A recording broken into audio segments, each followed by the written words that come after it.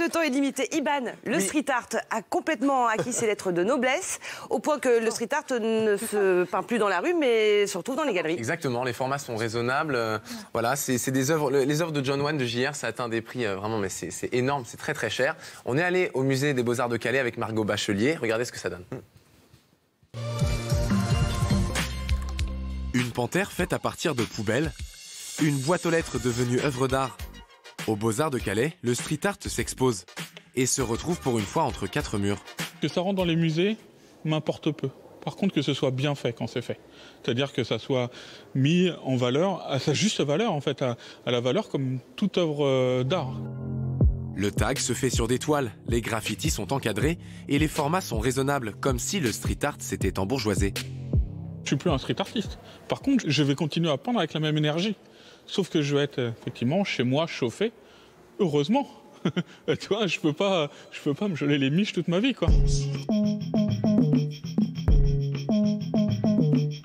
Là, il n'y en a aucun qui a fait sa toile dans la rue. Mais si tu regardes, tous ont un vrai beau travail d'atelier, où ils ont mis du temps, de l'énergie. Par contre, ce qu'ils mettent sur toile et qui signent et qui c'est prêt à mettre dans des galeries et tout, c'est de l'art. Un art très riche. Des graffitis à la bombe colorée de Futura 2000 au dessin mondialement connu de Keith Haring. L'exposition rend hommage aux pionniers du mouvement, tout en braquant la lumière sur les nouvelles stars du street art, comme le portraitiste d'Obama Shepard Fairey ou le photographe français JR. Sans oublier la méga star Banksy. Je vous dis bravo. Je vous dis bravo parce que vous avez montré quelque chose d'extraordinaire. Vous allez voir une œuvre qui devrait vous rappeler des souvenirs, mais... Gérard Zloty-Camien, bientôt 80 ans, est considéré comme l'un des premiers street artistes du monde. Il a commencé en 63. Non, mais vous n'étiez pas né ici. Non. J'étais fait pour ça, quoi.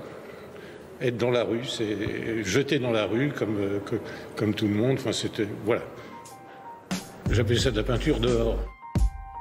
La soixantaine d'œuvres de l'exposition Conquête urbaine est visible aux Beaux-Arts de Calais jusqu'en novembre prochain. Bon, on a compris que vous étiez pas né au début du street art. Il ne faut pas, ce monsieur, c'est l'un des pionniers, c'est de la ça? peinture dehors, c'est-à-dire que 4 ans avant les premiers graffitis à Brooklyn en 67, et ben voilà, Gérard Zloty-Camien, il descend, il est en Angleterre, à Maidstone, et il va prendre des pinceaux, il va peindre dans la rue. C'était donc en 63. À l'époque, il peignait aussi à la poire à lavement. Donc c'est vous dire, c'est quand même une autre époque. Maintenant, on a des bombes, tout est automatisé. L'exposition Conquête urbaine, c'est un couple de galeristes parisiens qui s'appelle Gauthier et Mathilde Jourdain qui l'ont monté. Voilà, ça prouve que le street art, c'est plus que dans la rue, ça s'installe et je trouve que c'est plutôt bon signe. Très bien. Merci beaucoup, Iban.